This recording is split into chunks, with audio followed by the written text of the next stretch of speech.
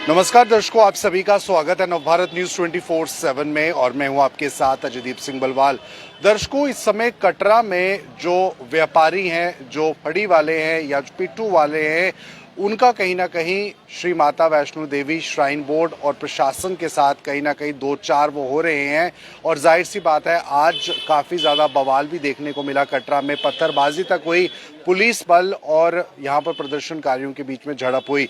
खैर, इस बारे में हम बातचीत करने के लिए और क्या मुद्दा है और किस तरह से इसके विकल्प हो सकते हैं, उसे लेकर गौतम गुप्ता जी से बात करेंगे।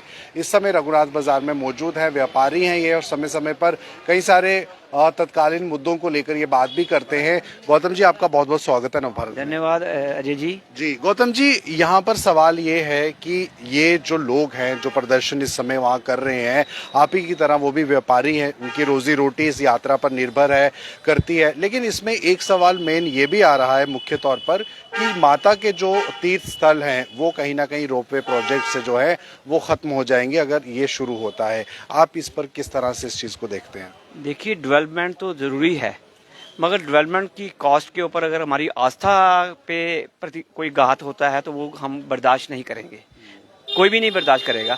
देखिए, बीच में अगर जो वो बन रहा है, गंडोला जो बन रहा है, वो मेरे ख्याल में जो अपने गवर्नर साहब ने, लेफ्टिनेंट गवर्नर साहब ने कहा है कि वो उसमें बुजुर्ग और जो हैंडीकैप्ड लोग हैं उनकी सुविधा के लिए बन रहा है।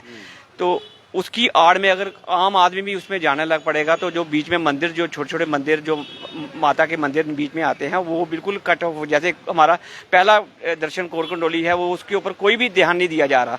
अगर उसके ऊपर ध्यान देना बहुत ज़रूरी है तो उस तरफ कोई ध्यान। नगरोटा में वो मंदिर प्राचीन मंदिर है और बहुत बड़ा प्रसिद्ध मंदिर है, उस तरफ ध्यान देने की बहुत ज़रूरत है। सरकार को चाहिए कि उस तरफ भी ध्यान दे। अगर वो डेवलपमेंट के लिए वो कर रहे हैं, बना रहे हैं, भगवान ना करे कभी कोई त्रासदी होती है तो वो काम आएगा। उसको बनने में हमारे को कोई प्रॉब्लम नहीं है, मगर ध्यान वो देना है कि किसी ही आस्था के ऊपर नुकसान ना हो। आस्था श्राइन बोर्ड जो है, श्री माता वैष्णो देवी श्राइन बोर्ड का ये मकसद रहता है कि लोगों को ज़्यादा से ज़्यादा सुविधा दी जाए।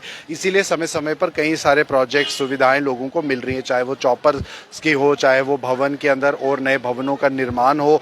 ऐसे में आपको लगता है यहाँ पर कि ये जो लोग हैं प्रदर्शन जो कर रहे हैं, इनका कहना है कि जो देव स्थान है वो कहीं ना कहीं अछूते रह जाएंगे। आपको इसमें क्या लगता है कि इस समय कई ऐसे ऐतिहासिक मंदिर भी हैं, जम्मू में भी अगर हम बात करें, जो कहीं ना कहीं सरकार की नज़रों से दूर हैं। ऐसे में आपको लगता है कि ये दोहरे मापदंड है सरकार की या एडमिनिस्ट्रेशन की? बेसिकली जो हमारे जो यहाँ पे एडमिनिस्ट्रेटर हैं, जो सीईओज हैं, उन्होंने पूरे जम्मू कश्मीर का होमवर्क नहीं किया हुआ। आते हैं और पोस्टिंग मिल जाती है उनको। पहले उनको ट्रेनिंग देनी चाहिए कि वो जम्मू के पूरी टोपोग्राफी के बारे में समझे और जम्मू के इतिहास के बारे में समझे। उनको यहाँ के इतिहास के बारे में मालूम होना चाहिए।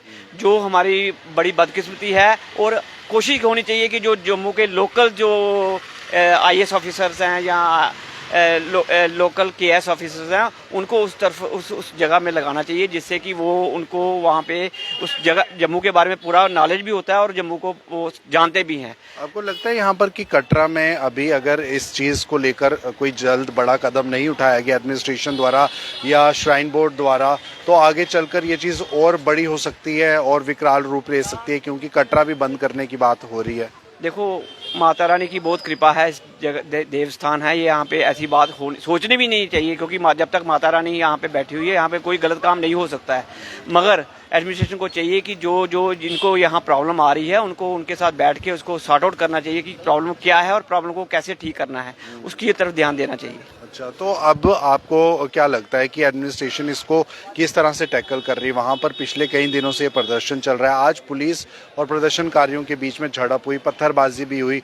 किस तरह से आपको लगता है इसको एडमिनिस्ट्रेशन को देखना चाहिए? नहीं, एडमिनिस्ट्रेशन को सिविल सोसाइटी और अब तो रिप्रेजेंटेटिव भी चुने गए हैं, जो एमएलए हैं, वहाँ के लोकल एमएलए हैं, उनके साथ बैठ के सलाह मशवरा करके जिस तरीके से जनता चाहती। देखो, सरकार जो है जनता की है और जनता की बेहतरी के लिए है, ना कि वो अपनी मनमानी करने के लिए सरकार नहीं है। तो उनको वहाँ की जनता के साथ बैठ के और जनता के साथ बैठ के उसका कोई ना कोई सॉर्ट आउट निकालना चाहिए। कटरा एक बहुत बड़ा रिलीजियस टूरिज्म के हब से भी जाना जाता है। देश विदेश से कटरा माँ वैष्णो देवी के लिए लोग आते हैं दर्शनों के लिए। तो ऐसे में क्या लगता है आपको कि इस तरह से अगर ये चीज़ें वहाँ होती हैं तो इसका असर कोई टूरिज्म पर पड़ेगा? क्योंकि जम्मू से भी कई सारे टूरिस्ट कटरा जाते हैं। कैसे इस चीज़ को देखते हैं? नेचुरली ये बदनामी, एक ऐसी हरकतें होनी नहीं चाहिए, क्योंकि ये एक हिंदू समाज के लिए बड़ा चीटे हैं, गंदे चीटे हैं। उसके लिए हमें चाहिए कि सरकार को जितनी जल्दी हो सके उनके साथ बैठ के उसका कुछ ना कुछ निदान निकालना चाहिए कि किस तरीके से उसके सोल्यूशन हो सकता है, उसका करना चाहिए। यहाँ पर बहुत बार शिकायतें लोगों की ये भी आती हैं कि कोई भी फैसले एडमिनिस्ट्रेशन ले लेती है या मतलब श्री माता वैष्णो देवी बोर्ड अलग से चीज़ों को लेकर जो फैसले हैं वो सुना देता है। तो तालमेल की कमी आपको लगता है कि व्यापारियों के बीच में पिट्ठू वाले और जो पालकी वाले और कई सारे लोग उसमें इन्वॉल्व होते हैं, तालमेल की कमी है? हाँ, नेचुरली उनको चाहिए कि अगर वहाँ के जो जैसे पिट्ठू के कोई जो उनकी भी एक संस्था का प्रेसिडेंट होता है, दुकानदारों की भी संस्था का एक प्रेसिडेंट होता है, उनको सबको बिठाना चाहिए और उनको समझाना चाहिए कि उसका क्या फायदा और क्या नुकसान है। और अगर आपको गाइड कर रहे हैं कि इससे ये नुकसान हो सकता है तो उसको नुकसान को देखना चाहिए। इसके अलावा एक सवाल है, क्योंकि जम्मू शहर की अगर बात करें अब नई सरकार बन चुकी है, ऐसे में आप किस तरह से देखते हैं कि नई सरकार टूरिज्म को लेकर किस तरह के पहलुओं पर काम करने चाहिए, उससे काम करना चाहिए? क्या लगता है आपको नई सरकार का क्या रुख है अभी तक? नहीं, अब हमारे जम्मू से जो एमएलए जो हैं, रिप्रेजेंटेटिव आए हैं, उनको बैठना चाहिए और सोचना चाहिए कि हमारे को जम्मू को कैसे आगे लेके जाना है, क्योंकि जम्मू डे बाय डे हम पीछे हो रहे हैं। क्योंकि आने वाले टाइम में जब अब जनवरी में आपको पता है कि श्रीनगर में भी ट्रेन जा रही है, तो जो टूरिस्ट आएगा वो दिल्ली से बैठेगा सीधा श्रीनगर जाएगा, वो जम्मू से बिल्कुल कट ऑफ होगा। अब हमें जम्मू में किस तरीके से उनको लाना है, उसके लिए हमारे जो नुमाइंदे चुने गए हैं, एमएलए हैं, उनको अपनी अपनी जगह के जो वहाँ की ऐतिहासिक जगह है उनको प्रमोट करने के लिए उनको एक चार्ट बनाना चाहिए और उसको किस तरीके से उसको प्रमोट करना, उसके लिए काम करना चाहिए। आज एक आखिरी सवाल है। उपराज्यपाल मनोज सिन्हा तवी रिवर फ्रंट के किनारे पहुंचे, वहां पर एक फंक्शन का आयोजन हुआ। क्या लगता है अब इसमें तेजी आ जाएगी? क्योंकि हर महीने दर महीने ये डेट्स आगे बढ़ती जा रही हैं।